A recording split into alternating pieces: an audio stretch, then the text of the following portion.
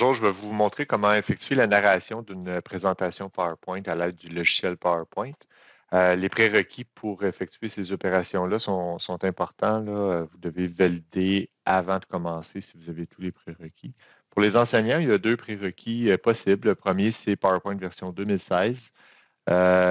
Si vous en avez la version 2016, ben, il faut absolument installer le complément Office Mix qui va vous permettre d'ajouter des fonctionnalités d'enregistrement et tout.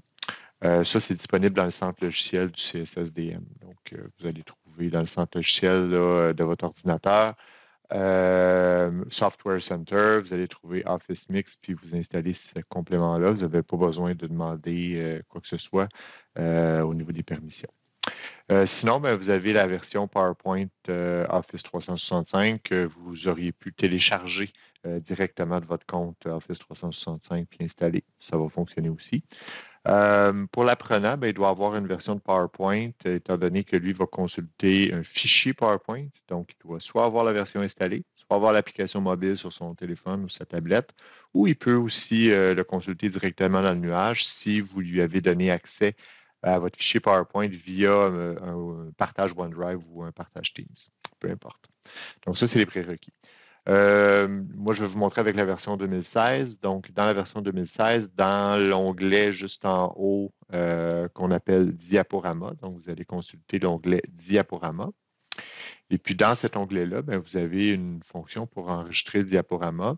En réalité, vous pouvez commencer l'enregistrement du début, donc vraiment faire de façon séquentielle toute votre PowerPoint, mais sachez qu'il va enregistrer des sections audio en fonction de la planche où vous êtes rendu. Donc, c'est diapositive par diapositive. Vous pouvez commencer du début ou commencer à partir de la diapositive actuelle. Étant donné que moi, je suis sur la 2, bien, il va continuer à partir de la 2.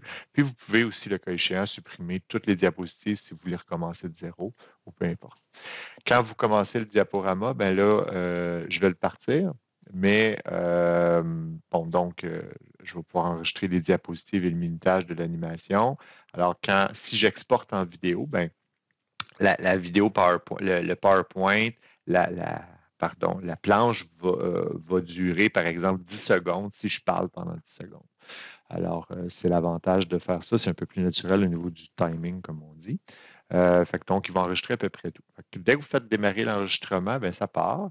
Et là, je vais être obligé de peser sur pause pour vous montrer l'interface d'enregistrement. Alors, je démarre l'enregistrement.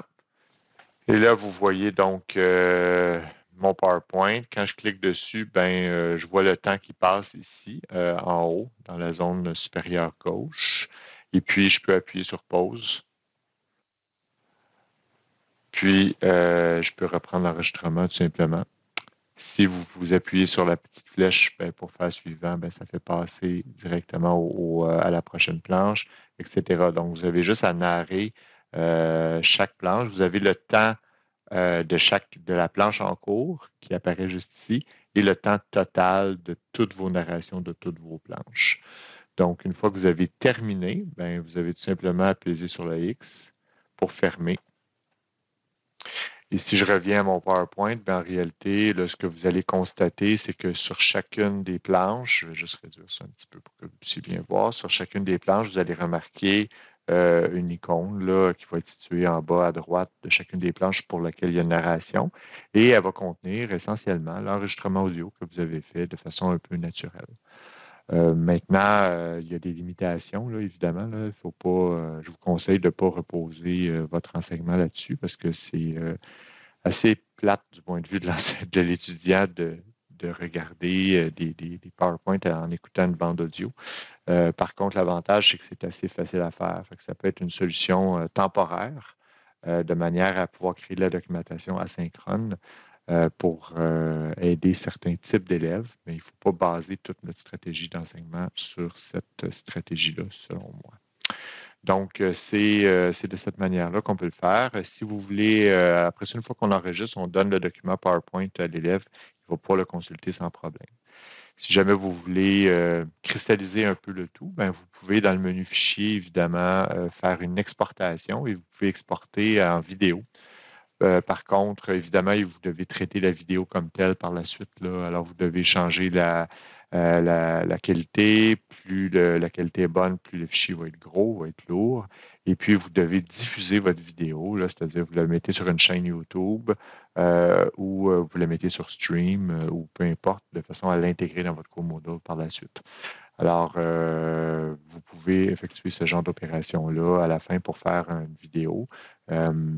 L'avantage de la vidéo, ben, c'est que ça vous permet d'avoir une instance narrée de votre PowerPoint qui est à l'extérieur de votre PowerPoint. Puis c'est des fois plus facile à intégrer dans un LMS comme Moodle ou peu importe. Et voilà comment on fait un enregistrement de PowerPoint.